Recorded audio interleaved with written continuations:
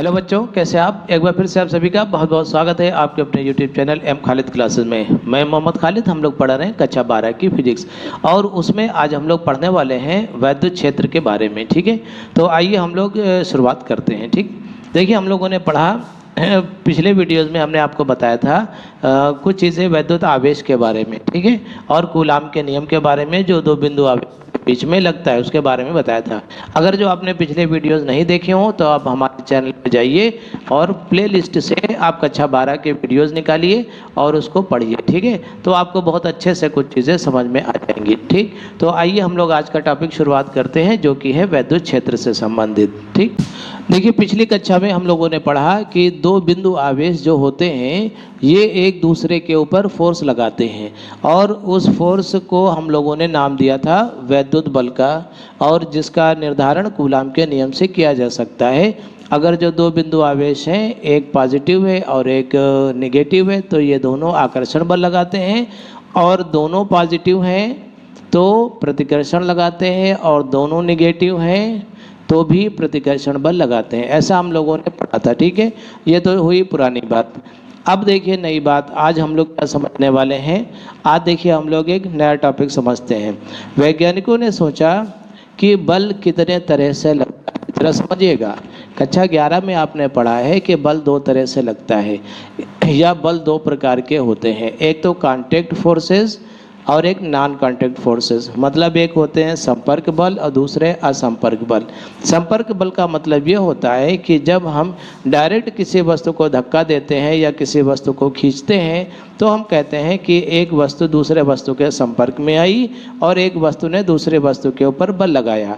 तो ऐसे बल तो हमारी समझ में आते हैं कि हाँ ठीक है, ये लग रहे होंगे, क्योंकि एक वस्तु ने दूसरे वस्तु को धक्का दिया या पकड़ के खींचा। ठीक है, अच्छे से समझ में आता है।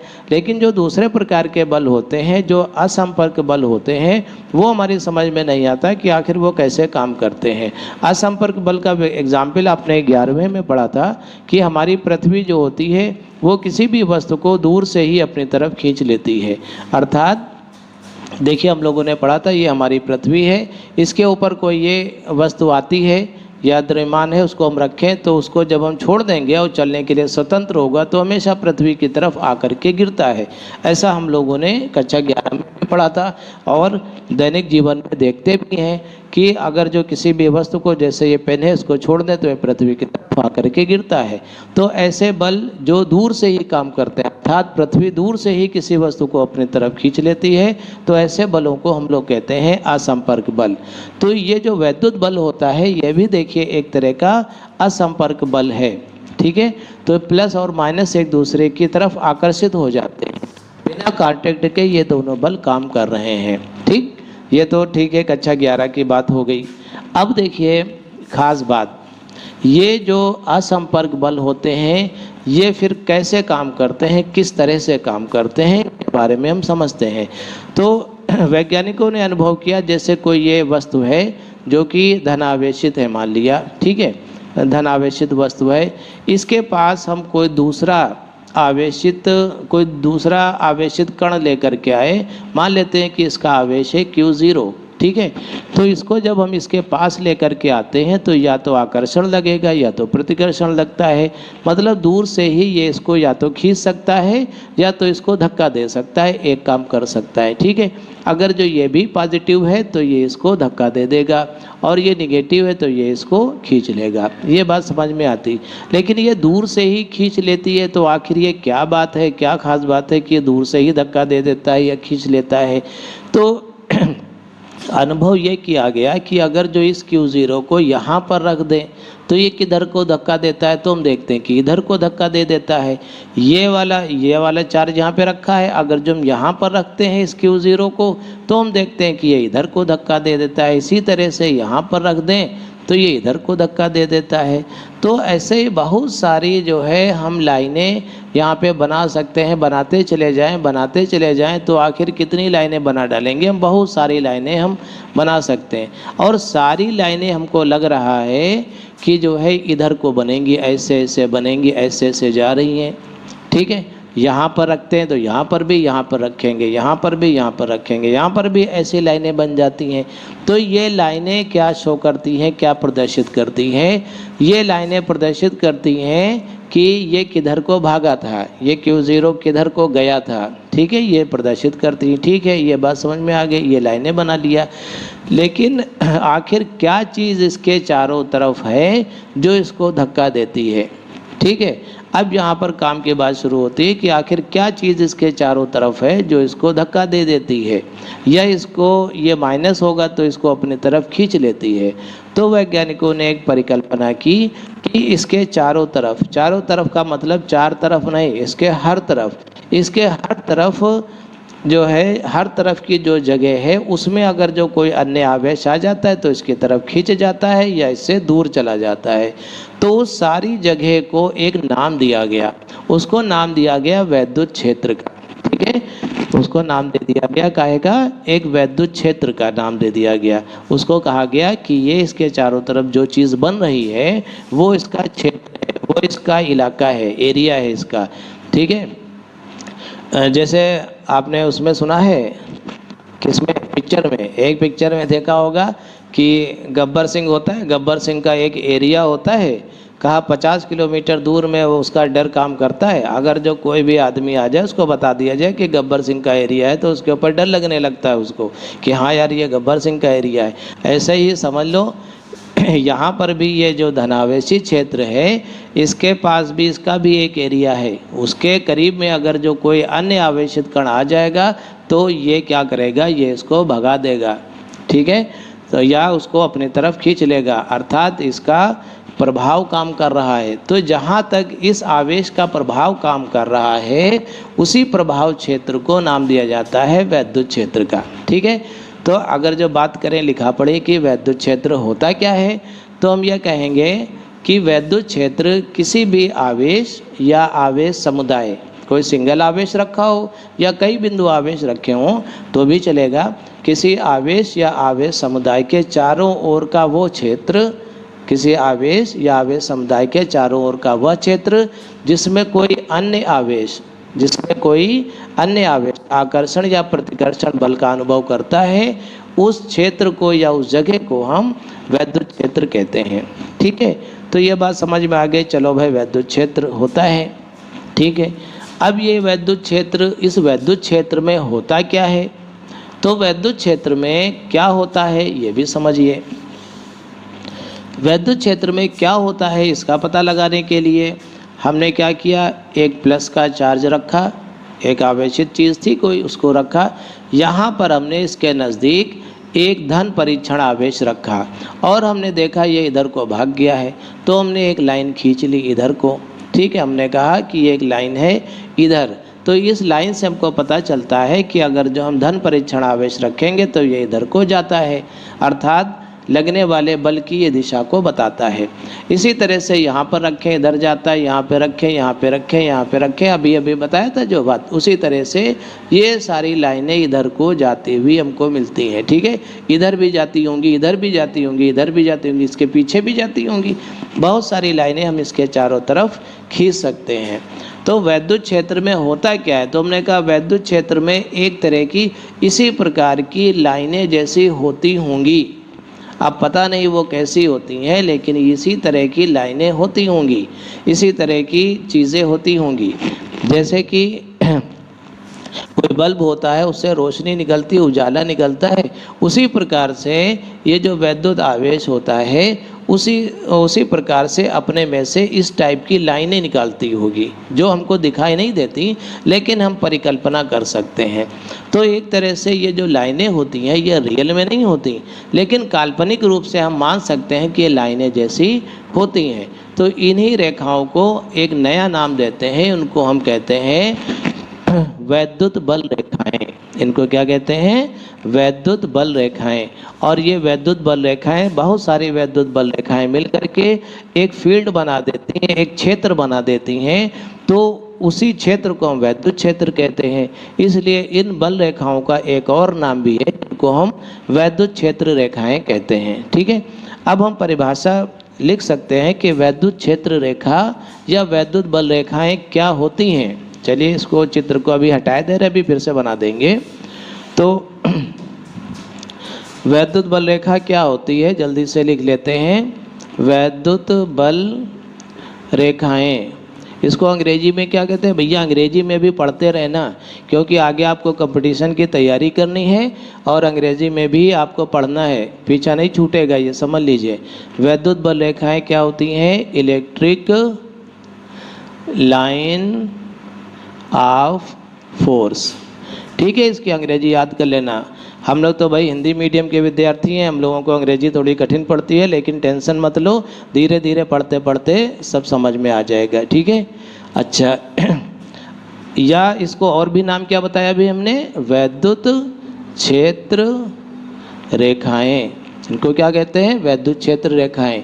Electric field lines, electric field FIELD, electric field lines. भैया अंग्रेजी में जो है ध्यान रखना स्पेलिंग का बहुत ज़्यादा। ये वैद्युत बल रेखाएं क्या होती हैं? चलिए इनकी परिभाषा लिखते हैं। वैद्युत बल रेखाएं क्या होती हैं? हमने क्या किया था? देखिए यहाँ एक धनावेश था, उसके पास क्या रखा था? परीक्षण आवेश Q0 रखा था। ये जिधर भागा था वहीं पे लाइन खींच दिया था। इसी लाइन को हम क्या कहते हैं? वैद्युत बल रेखा कहते हैं, वैद्युत बल रेखा कहते हैं। ऐसे बहुत सारी लाइनें हम खींच सकते हैं। अच्छा, तो एक चीज़ अच्छा और बता दें, यहाँ पे अगर जो ये माइनस चार्ज होता तो यहाँ पर हम Q0 को रखते तो लाइन किधर को जाती?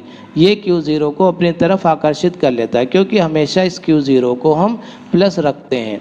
इसको क्या कहते हैं हम लोग? धन परीक्षण आवेश इसको कहते हैं। और हम मानते हैं कि बहुत छोटा सा ये आवेश है, इसका खुद का वैद्युत क्षेत्र बहुत छोटा है, ना के बराबर है।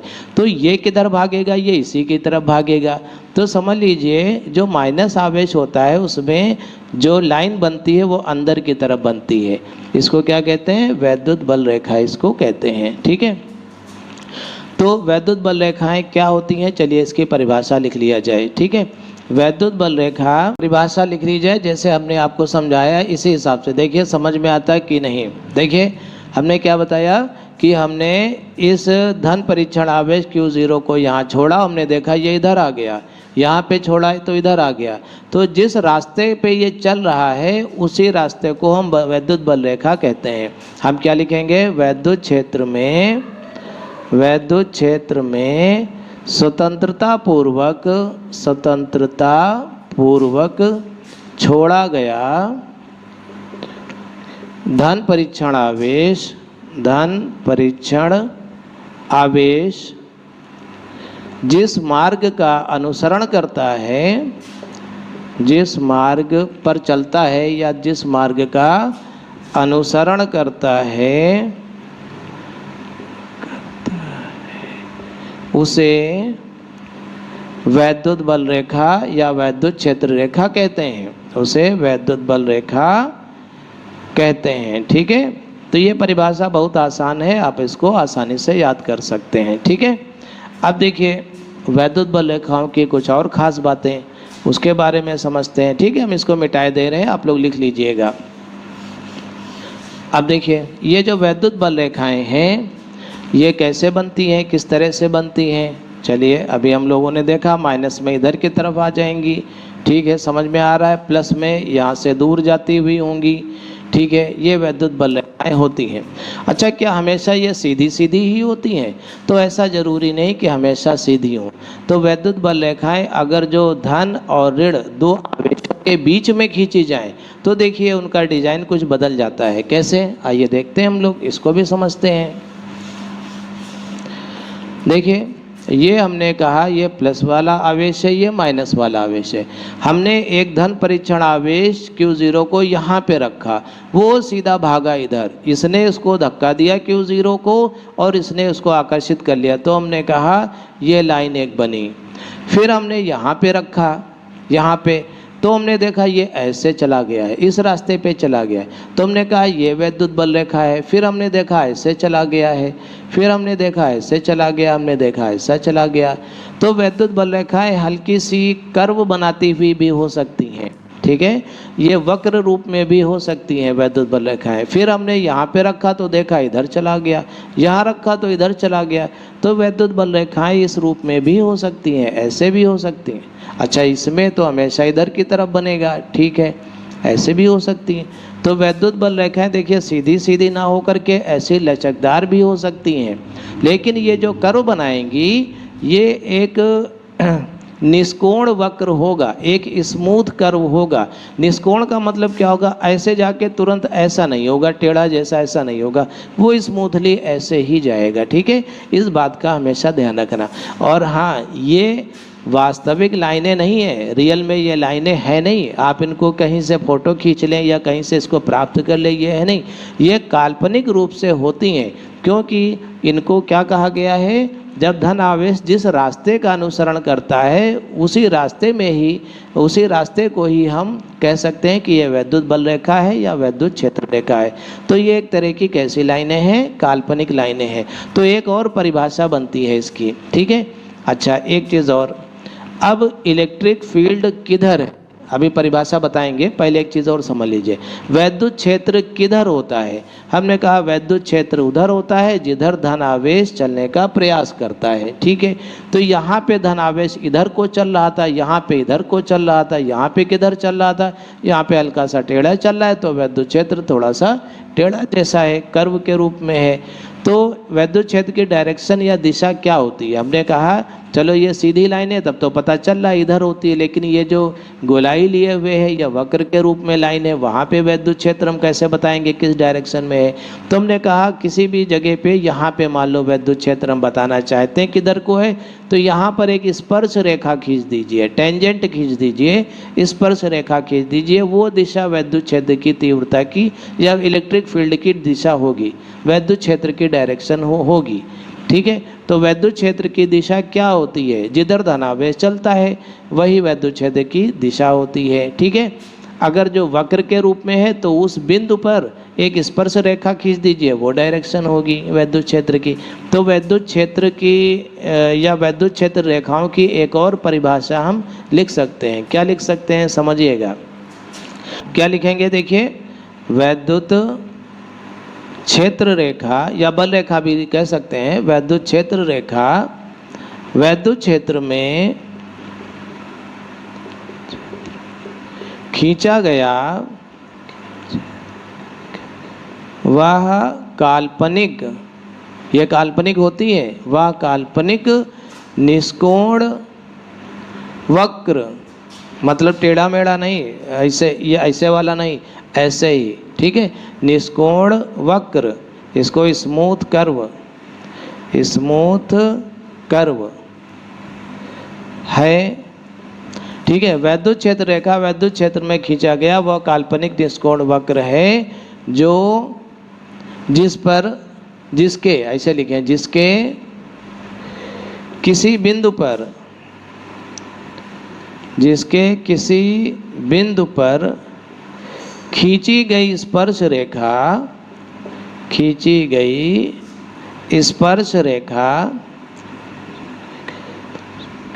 वैद्युत क्षेत्र की दिशा बताती है, ठीक है। स्पर्श रेखा वैद्युत क्षेत्र की दिशा बताती है या दिशा को व्यक्त करती है, ठीक है। तो ये भी एक परिभाषा है, इसको भी आप याद कर सकते हैं, ठीक है। पहले वाली बताई थी वैद्युत बल रेखा वाली, अभी बताई थी कि परीक्षण आवेश जिस मार्ग का अनुसरण करता है उसको वैद्युत बल रेखा कहते हैं। और एक दूसरी ये डिफिनेशन, ये भी आप दोनों परिभाषाएं याद कर लीजिएगा, ठीक है। याद करते रहिए, याद करना बहुत ज़रूरी है, लेकिन समझ के याद करना है, रटना कुछ भी नहीं है, ठीक है। अब हम लोग एक एक करके इन वैद्युत बल रेखाओं के गुणों पर चर्चा करते हैं कि ये वैद्युत बल रेखाओं के अंदर क्या क्या खास बातें होती हैं। ये एग्जाम में पूछा जाता है, बहुत इंपॉर्टेंट क्वेश्चन है। ये वैद्युत बल रेखाओं की क्या विशेषताएं होती हैं, वो कुछ 5-6 विशेषताएं आपको याद कर लेनी है इसकी, और इसको समझ भी लेना है और आपको लिख देना है एग्जाम में। पहली चीज़ क्या, पहली विशेषता क्या होती है, देखिए, हम आपको बता रहे हैं कि जो जहाँ पर वैद्युत बल रेखाएं बहुत घनी घनी है, पास पास हैं, हम कहेंगे वहाँ पे वैद्युत क्षेत्र बहुत स्ट्रांग होता है, बहुत मजबूत होता है। अर्थात वहाँ पर अगर जो आप कोई बिंदु आवेश रखेंगे तो बहुत तेज़ी से खींच लेगा। और जिस जगह पर वैद्युत बल रेखाएं दूर दूर होती हैं वहाँ पे वैद्युत क्षेत्र कमज़ोर होता है या वीक होता है। ठीक है, हम लिखेंगे प्रबल वैद्युत क्षेत्र में, प्रबल वैद्युत क्षेत्र में वैद्युत बल रेखाएं, वैद्युत बल रेखाएं सघन होती हैं, मतलब बहुत घनी घनी होती हैं, सघन होती हैं। ठीक है, या पास पास होती हैं, पास पास होती हैं, ऐसे लिख दिया, पास पास होती हैं। ठीक है, तथा दुर्बल वैद्युत क्षेत्र में, दुर्बल वैद्युत क्षेत्र में दूर दूर होती हैं। ठीक है, दूर दूर होती हैं। अच्छा, कुछ ऐसे भी वैद्युत क्षेत्र होते हैं जहाँ पर वैद्युत बल रेखाएं बराबर से होती हैं। जैसे हमने एक शीट को चार्ज किया, जैसे ये कोई चादर है आवेश की समतल चादर, एक दूसरी आवेश की समतल चादर है, ये मान लो निगेटिव है, तो यहाँ से जो वैद्युत बल रेखाएं बनती हैं वो एक दूसरे के समांतर बनती हैं। तो हम कहते हैं जहाँ पर समांतर वैद्युत बल रेखाएं आती हैं वहाँ पे वैद्युत क्षेत्र जो होता है वो एक समान होता है। ठीक है, हम यहाँ पर लिख सकते हैं एक समान वैद्युत क्षेत्र में, एक समान वैद्युत क्षेत्र में वैद्युत बल रेखाएं, वैद्युत बल रेखाएं एक दूसरे के समांतर होती हैं। ठीक है, एक दूसरे के समांतर होती हैं।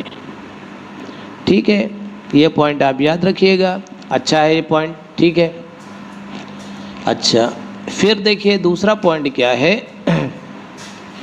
ठीक है, इसको लिख लीजिएगा कॉपी पे। ठीक, अब देखिए इनकी क्या खास बात होती है। दूसरी खास बात, ये बल रेखाएं देखो प्लस से चलती हैं और माइनस पे ख़त्म हो जाती हैं। समझ में आ रही बात? प्लस से चलती हैं और कहाँ ख़त्म हो गई? माइनस पे ख़त्म हो गई।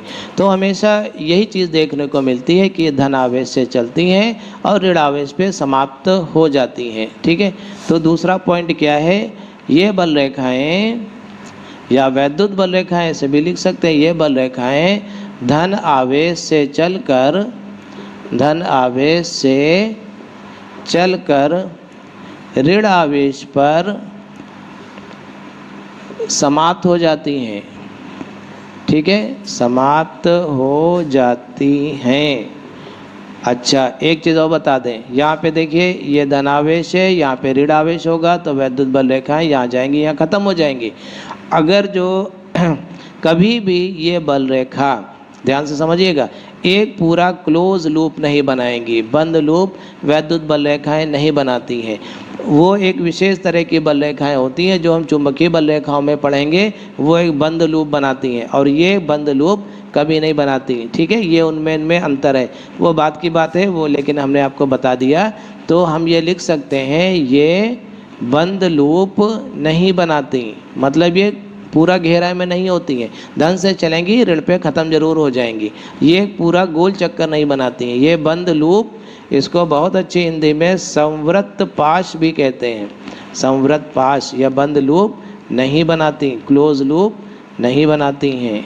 ठीक है, ये याद रखना, नहीं बनाती, नहीं लिखा है बाद में मत कहना। ठीक है, नहीं बनाती हैं। ठीक है, ये चीज़ हो गई। अब देखिए, अब देखिए एक और ख़ास बात, अब हमने क्या किया, एक प्लस लाए, ठीक है, और दूसरा प्लस लाए। इसकी मान लिया बल रेखाएं ऐसे जा रही हैं, ठीक है, इसकी बल रेखाएं इधर को जा रही होंगी ऐसे। अब हम चाहते हैं कि ये दोनों बल रेखाएं एक दूसरे को काटें, लेकिन ऐसी जगह पर जब हमने देखा तो ये सीन नहीं बना। सीन क्या बना, वहाँ पे धन परीक्षण आवेश रख रख करके जो हमने देखा, वो हमने देखा वैद्युत बल रेखाएं ऐसे चली गई, ऐसे मुड़ गई, ऐसे मुड़ गई, ऐसे मुड़ गई, ऐसे हो गई, ऐसे नहीं हुई, एक दूसरे को काटा नहीं। ये कभी वैद्युत बल रेखाएं एक दूसरे को क्रॉस नहीं करती हैं, काटती नहीं है, ऐसा हमने देखा। कितना भी पास आप इनको ले आइए तो ये ऐसे मुड़ जाएंगी, ऐसे मुड़ जाएंगी, ऐसे मुड़ जाएंगी, ऐसे मुड़ जाएंगी, कभी एक दूसरे को टच करके वो एक दूसरे को क्रॉस नहीं करेंगी, काटेंगी नहीं। तो हम इनका एक ये गुण लिख सकते हैं कि ये वैद्युत बल रेखाएं कभी एक दूसरे को काटती नहीं हैं। ठीक है, ये इनकी खास बात है। अच्छा, अब इसी बात को हम एक दूसरे तरीके से भी समझा सकते हैं कि काटती नहीं है। अगर जो काट देंगी तो क्या हो जाएगा, कौन सा पहाड़ टूट जाएगा। तो हम क्यों कहते हैं कि ये काटती नहीं, जब काल्पनिक है तो काटती हुई भी मान लो, लेकिन नहीं, ऐसा नहीं है। मान लिया कि हमने ये बल रेखा ऐसे आई, ये बल रेखा ऐसे आई, एक दूसरे को काट दिया। ठीक है, मान लिया एक पल के लिए कोई काट दिया, तो ये जो पॉइंट है यहाँ पर वैद्युत क्षेत्र किधर होगा, हमने कहा वैद्युत क्षेत्र इधर भी होगा, वैद्युत क्षेत्र इधर भी होगा। तो इसका मतलब एक जगह पर दो दो वैद्युत क्षेत्र की दिशाएं होगी, जो कि असंभव है, जो कि नहीं हो सकता। किसी एक बिंदु पर वैद्युत क्षेत्र एक ही डायरेक्शन में हो सकता है, दो दिशाओं में नहीं हो सकता। इसका मतलब ये वैद्युत बल रेखाएं एक दूसरे को काट नहीं सकती। ठीक है, कभी कभी प्रश्न पूछ भी सकते हैं, हो सकता है कभी पूछ लिया जाए कि वैद्युत बल रेखाएं एक दूसरे को क्यों नहीं काटती। तो आप उसमें क्या लिखेंगे कि वैद्युत बल रेखाएं यदि एक दूसरे को काटेंगी तो कटान बिंदु पर वैद्युत क्षेत्र की दो दिशाएं होंगी, जो कि असंभव है। ठीक है, आप ऐसा लिख सकते हैं। तो ये जो है कौन सा पॉइंट है, ये तीसरा पॉइंट है। क्या लिख दें इसमें, दो बल रेखाएं, दो वैद्युत बल रेखाएं, दो वैद्युत बल रेखाएं एक दूसरे को कभी नहीं काटती, कभी नहीं काटती। ठीक है, तो इसका उत्तर समझ गए क्या बताया था। ये मत लिख देना कि ये बहुत शरीफ होती हैं इसलिए नहीं काटती। ठीक है, ध्यान रखना इस बात का। चलिए, तो दो वैद्युत बल रेखाएं एक दूसरे को कभी नहीं काटती, ये तीसरा पॉइंट हो गया। ठीक है, चौथा पॉइंट हम डिस्कस करते हैं, वो क्या है। देखिए चौथा पॉइंट, वैद्युत बल रेखाएं करती क्या है, वैद्युत रेखाएं क्या करती क्या है। ये धनावेश, ये ऋणावेश, ये वैद्युत बल रेखाएं। अगला सीन क्या होगा, ये धनावेश इसको खींच लेगा, या तो ये ऋणावेश धनावेश को खींच लेगा, या तो धनावेश ऋणावेश को, या दोनों एक दूसरे की तरफ खींच जाएंगे। और जब खींच जाएंगे तो वैद्युत बल रेखाएं फिर कैसी हो जाएंगी, छोटी हो जाएंगी। ये भी समझिए, वैद्युत बल रेखाएं कैसी हो जाएंगी, छोटी हो जाएंगी। छोटी हो जाएंगी तो छोटी बड़ी, ये क्या छोटी बड़ी होती रहती हैं। तो हाँ, सही बात है, ये वैद्युत बल रेखाएं अगर जो आवेश दूर दूर हैं तो बड़ी, और छोड़ दें हम तो ये मिल करके छोटी हो जाएंगी। छोटी बड़ी जैसे रबर की डोरी होती है, खींच दो बड़ी हो गई, पास पास आ गई, नज़दीक आ गई, छोटी हो गई। तो ये लचकदार डोरी की तरह काम करती हैं। ठीक है, तो ये कैसी होती हैं, लचकदार डोरी की तरह। हम लिख सकते हैं वैद्युत बल रेखाएं, वैद्युत बल रेखाएं लचकदार, लचकदार डोरी की तरह, डोरी की तरह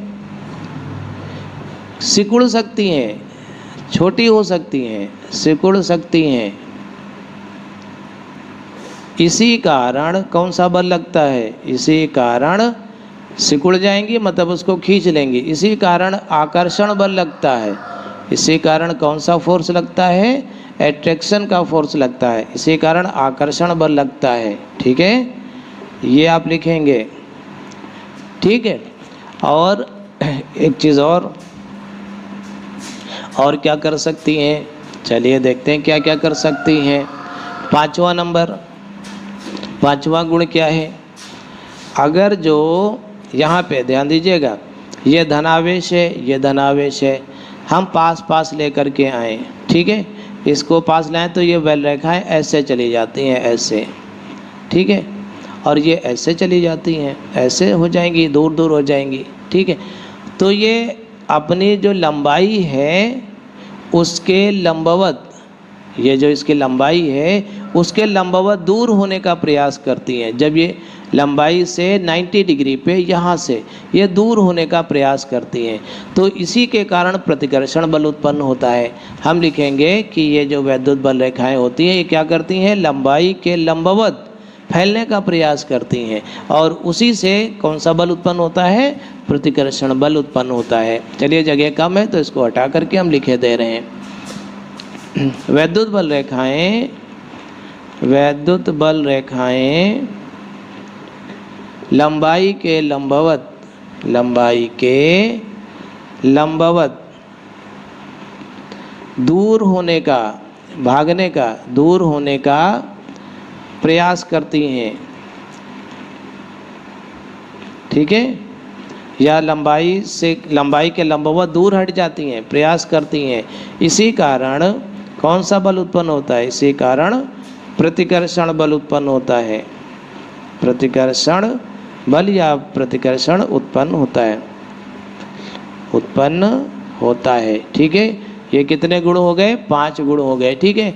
और एक गुण और जो कि बहुत इम्पॉर्टेंट है, 6 याद कर लीजिए बस, बहुत हो जाएंगे, ठीक है। एक और देखिए वो क्या है। देखिए हमेशा ध्यान रखिए कि ये जो सतह होगी, जो वैद्युत बल रेखा जनरेट होगी, जो उत्पन्न होगी, वो इस सतह से 90 डिग्री पे बिल्कुल ऐसे जाएगी। अगर जो ये सतह सपोज कीजिए ऐसे है, ये धनावेशित कोई चीज़ है, प्लस की आवेशित कोई चीज़ है, तो इसकी वैद्युत बल रेखा खींचे तो इस सतह से 90 अंश के कोण पर हमेशा होंगी। अगर जो हम कहें कि वैद्युत बल रेखा ऐसे जा रही तो ये गलत बनी हुई है, ये सही बनी हुई है। सतह कैसी भी होगी, जैसे ये कोई सरफेस है, ये कोई सतह, उससे सीधी सीधी होगी, उसके एकदम खड़ी लाइन पे होगी। तो वैद्युत बल रेखा हमेशा सतह के लंबवत होती है। अगर धनावेश हो चाहे ऋणावेश हो, अगर जो कोई ऋणावेशित सतह है तो भी वैद्युत बल रेखा ऐसे आएगी, लेकिन वो आएगी 90 डिग्री पर ही। तो वैद्युत बल रेखाएं हमेशा जो भी सतह होती है, जहाँ से उत्पन्न होती है या जहाँ पहुँचती हैं, दोनों ही जगहों पर उस सतह के लंबवत होती हैं, ठीक है। तो वैद्युत बल रेखाएं, छठा नंबर, वैद्युत बल रेखाएं सदैव वैद्युत बल रेखाएं सदैव पृष्ठ के कैसी होती हैं, पृष्ठ के लंबवत होती हैं, लंबवत होती हैं, ठीक है। तो इस प्रकार से हम लोगों ने वैद्युत क्षेत्र के बारे में कुछ जानकारी प्राप्त की कि वैद्युत क्षेत्र किनसे बनता है, वैद्युत बल रेखाओं से बनता है। और वैद्युत बल रेखाएं जो है उनके क्या क्या गुण होते हैं, उनमें क्या खास बातें देखने को मिलती हैं, तो हम लोगों ने उनके 5-6 गुण भी पढ़े। तो ये क्वेश्चन बहुत इंपॉर्टेंट है, बहुत अच्छे से इसको याद कर लीजिएगा, ठीक है। तो हमारी समझ में आ गया कि वैद्युत क्षेत्र क्या चीज़ होती है, ठीक है। हम लोगों ने कल्पना किया कि वैद्युत क्षेत्र में क्या होता होगा, बहुत सारी वैद्युत बल रेखाएं होती होंगी, और जहाँ पर वैद्युत बल रेखाएं होती हैं समझ लो वहीं पे वैद्युत क्षेत्र होता है, ठीक है। ठीक है, ये बात समझ में आ गई, वैद्युत क्षेत्र वाली बात, वैद्युत बल रेखाओं वाली बात समझ में आ गई। अब हम ये देखते हैं कि वैद्युत क्षेत्र की तीव्रता किस जगह पर कितनी होती है। अर्थात हम ये पता करना चाहते हैं कि अगर जो ये एक आवेश Q है तो ये वैद्युत क्षेत्र जो बनाएगा वो कितना शक्तिशाली बनाएगा, ठीक है। इस बात को हम क्या कहेंगे, वैद्युत क्षेत्र की तीव्रता। यहाँ से एक राशि हम लोग बनाएंगे जिसको हम कहेंगे, नाम देंगे वैद्युत क्षेत्र की तीव्रता। ये क्षेत्र कितना तीव्र है, कितना शक्तिशाली है, कोई दूसरे आवेश के कंपैरिजन में ये कितना शक्तिशाली है इसका क्षेत्र, या उसका क्षेत्र कमज़ोर है तो क्यों कमज़ोर है, इसका क्षेत्र शक्तिशाली है तो क्यों शक्तिशाली है, और कितना शक्तिशाली है, इस चीज़ को हम लोग नापेंगे। इसको हम लोग नापेंगे एक राशि से जिसको हम कहते हैं वैद्युत क्षेत्र की तीव्रता। इसको क्या कहेंगे, वैद्युत क्षेत्र की तीव्रता। बहुत इम्पॉर्टेंट और बहुत ही ज़रूरी, इंटेंसिटी ऑफ इलेक्ट्रिक फील्ड, वैद्युत क्षेत्र की तीव्रता।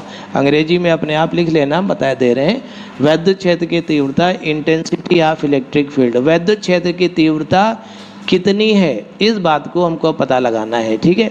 अच्छा, एक चीज़ और हम लोग भी ये जानते हैं कि वैद्युत बल रेखाएं जहाँ पर घनी घनी होंगी, ठीक है, अभी पढ़ा था, ये धनावेश है तो ये बहुत सारी वैद्युत बल रेखाएं निकालता है, ठीक है, निकालने दो। कोई दिक्कत नहीं, हमें निकाल रहा है निकालने दो।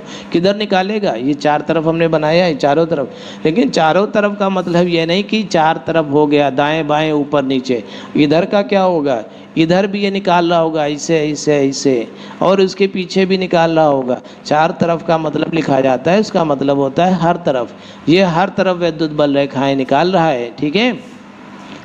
तो विद्युत क्षेत्र की तीव्रता हम लोग समझते हैं कि इसकी तीव्रता, अच्छा हमारी एक बात तो समझ में आएगी कि जहाँ पर विद्युत क्षेत्र बल, जहाँ पर विद्युत बल रेखाएं ज़्यादा होंगी वहाँ पे विद्युत क्षेत्र की तीव्रता, उसकी ताकत ज़्यादा होगी। हम लोगों ने ये भी अभी पढ़ा था, जहाँ पर विद्युत बल रेखाएं पास पास होती हैं वहाँ पर विद्युत क्षेत्र प्रबल होता है, पावरफुल होता है, ठीक है। तो उसी पावर को हमें, उसकी ताकत को हमें नापना है, ठीक है। उस ताकत को हम नापेंगे किससे, विद्युत क्षेत्र की तीव्रता राशि से, ठीक, समझिएगा। इसके लिए हमने क्या किया, वही वाला धन परीक्षण आवेश जो था उसको ला करके हमने यहाँ पर रखा, Q0 को यहाँ पे रखा, और हमने देखा कि Q0 के ऊपर एक बल लग रहा है जिसकी वजह से ये इधर भागा जा रहा है, प्रतिकर्षित हो गया, ठीक है, ठीक है। तो हमने कहा यहाँ पे बल लगा, हमने कहा 10 न्यूटन लगा, ठीक है, 10 न्यूटन लगा। अब अगर जो हम इसी आवेश को यहाँ पर रख दें तो आप सोच सकते हैं कि यहाँ पर ताकत ज़्यादा लगेगी कि कम लगेगी। तो जाहिर सी बात है, इस Q0 को अगर जब यहाँ पर रख देंगे, ये इस आवेश के और नज़दीक आ गया तो यहाँ पर ये और ज़्यादा बल लगाएगा, क्योंकि दूरी भी घट गई तो ज़्यादा बल लगाएगा। कितना लगाएगा, हमने कहा 20 न्यूटन लगाएगा।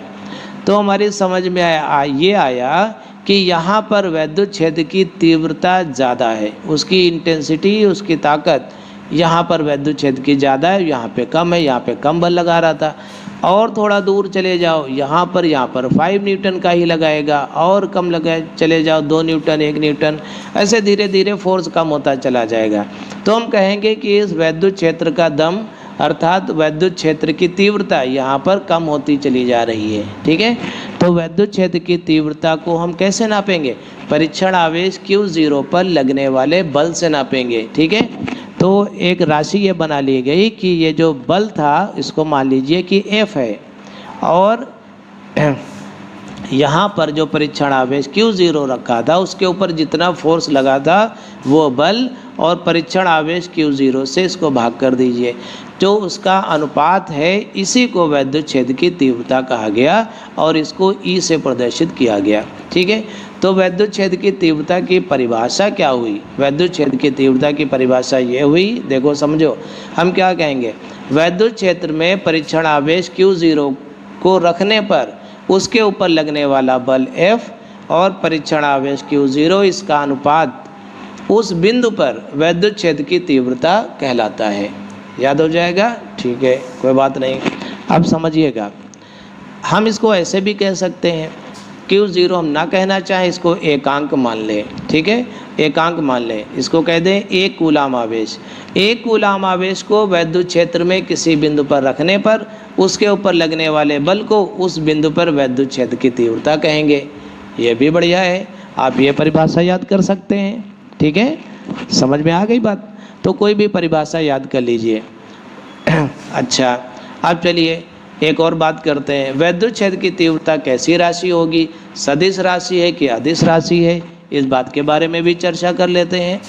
तो ध्यान दीजिए, विद्युत क्षेत्र की तीव्रता को नापा हमने किससे, बल से नापा, उसकी ताकत से नापा।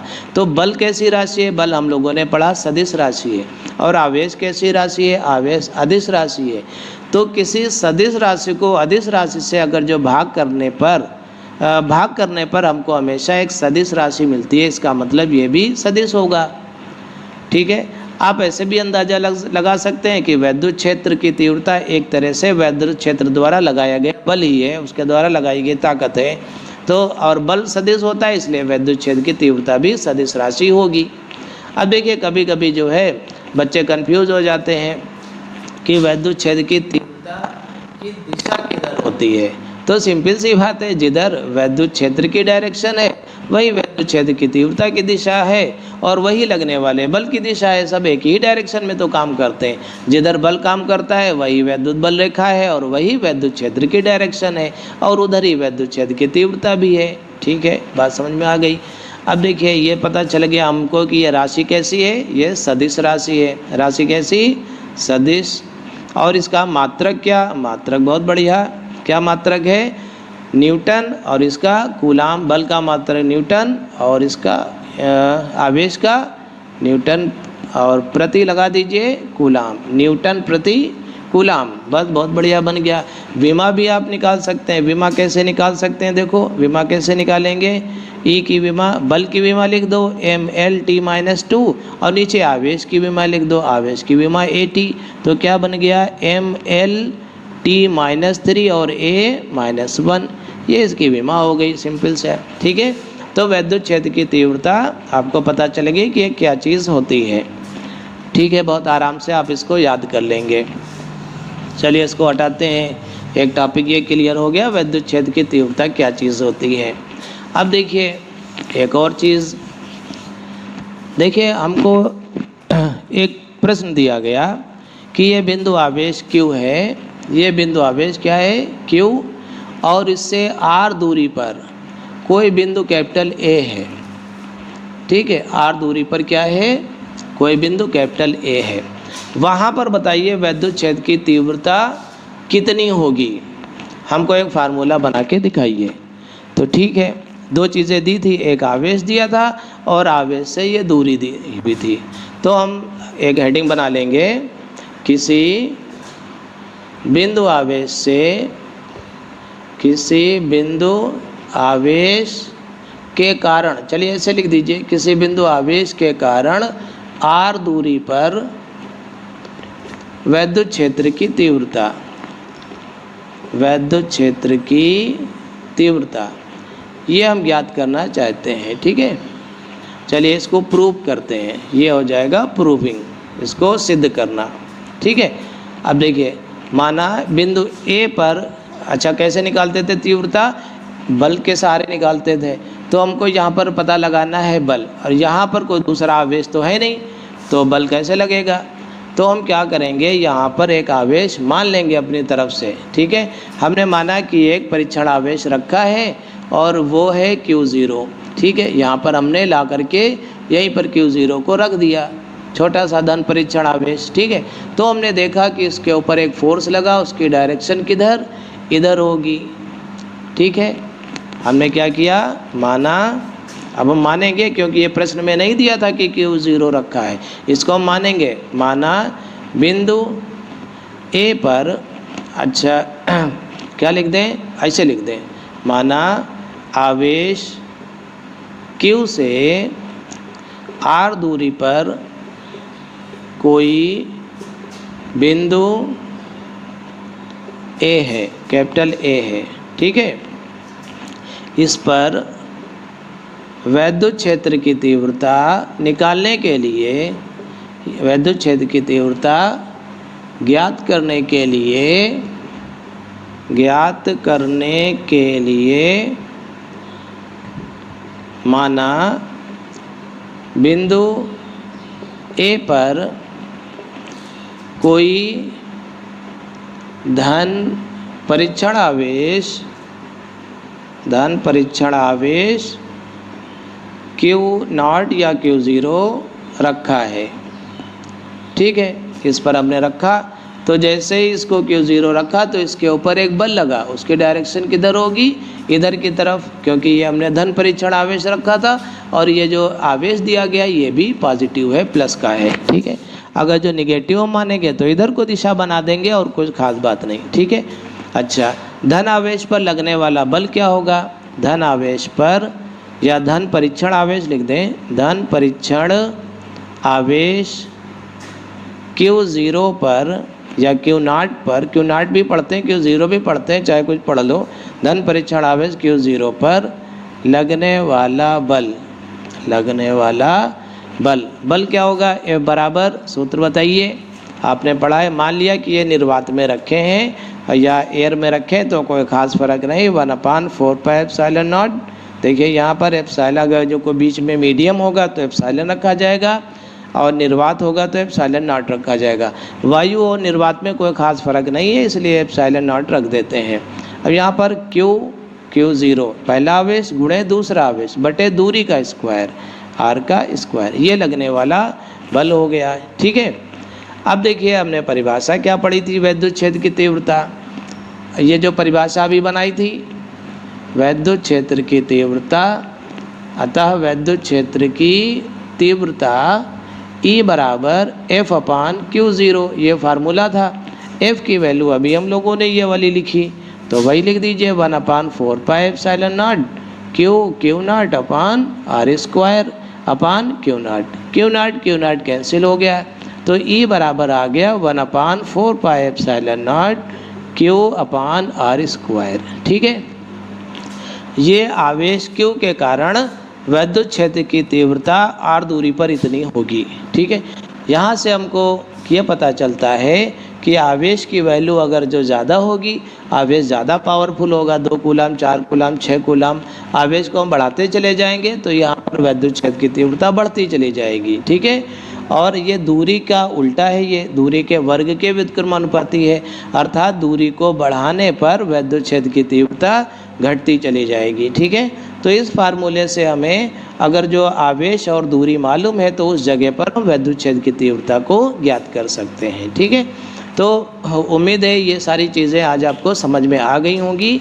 देखिए हमारा जो चैनल है वो हिंदी मीडियम के विद्यार्थियों के लिए खासकर ज़्यादा उपयोगी है, जो यूपी बोर्ड के कक्षा 12 के स्टूडेंट्स हैं। ठीक है, तो उम्मीद है आप लोगों को आज समझ में आया होगा, और अगर जो समझ में आए तो अपने दोस्तों को भी बताइए और ज़्यादा से ज़्यादा वीडियो को शेयर करिए। ठीक है, हमारे वीडियोज़ को देखने के लिए, हमारे चैनल को सब्सक्राइब करने के लिए आप सभी का बहुत बहुत धन्यवाद।